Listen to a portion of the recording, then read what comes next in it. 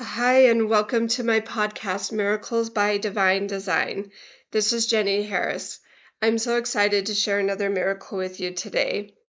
About 17 years ago, my husband and I needed $500, and we were not exactly sure where that money was going to come from.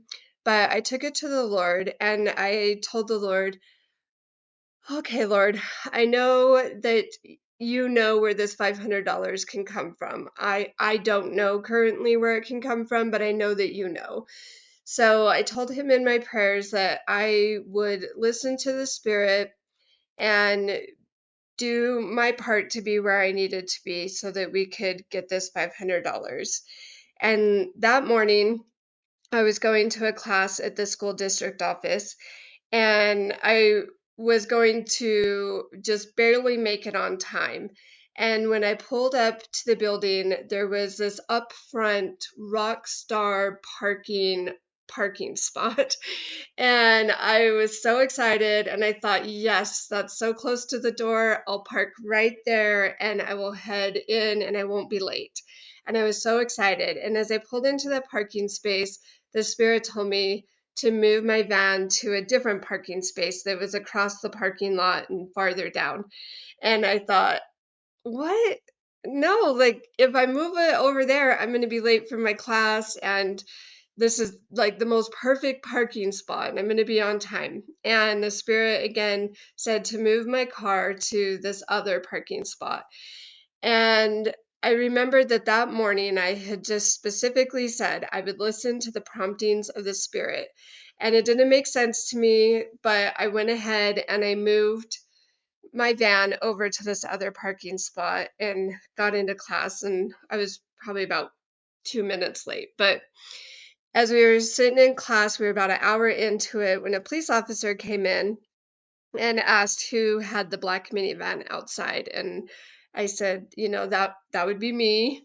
And he asked me if I could step outside and talk with him. And he had told me that somebody had accidentally backed into it.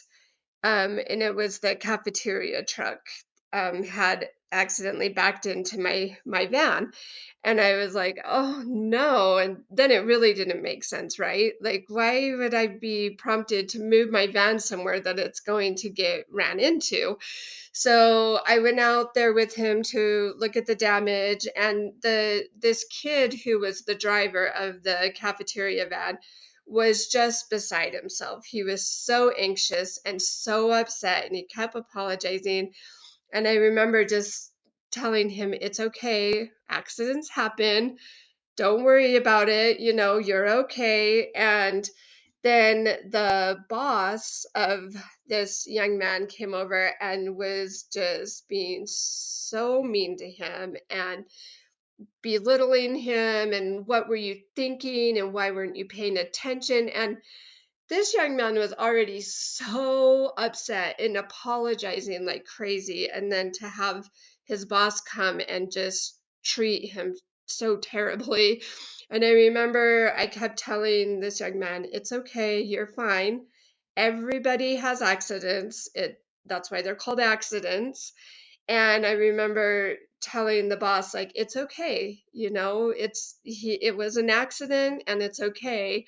And anyways, I did the report with the police officer and the employee, and then I went back to class, and I just thought, so it was strange, but I wonder if I was just supposed to help with that young man, understanding that, everybody has accidents, and with the boss, maybe help him have more of a softer heart towards him. Um, I wonder if that's what that was all about. But nonetheless, I finished my class and went home, and then we went and got a estimate to find out how much it was going to cost to fix the van. And so we got the estimate, and then we got the check in the mail, and we were going to take it, um I think in the next couple of days, to go get it fixed at the body shop. And Tony had taken our van to work with him for some reason. I'm not sure why, because he usually took his car. But it was sitting outside of his work, and a man came in and he said, "Hey, whose black minivan is out front?" And Tony said, "That's mine." And he said, "Wow, that's quite the crunch you had there, you know?" And Tony said, "Yeah, I need to go get it fixed." And the man said, "I'm trying to start my own body shop up here, and would you be willing to let me fix it for you and start getting some advertisement and some word of mouth going?" And Tony said, we already have the quote for it. And the guy said, "Well, I'll tell you what, I will do it for $500 less than what your estimate was if you will allow me to do it and spread the word."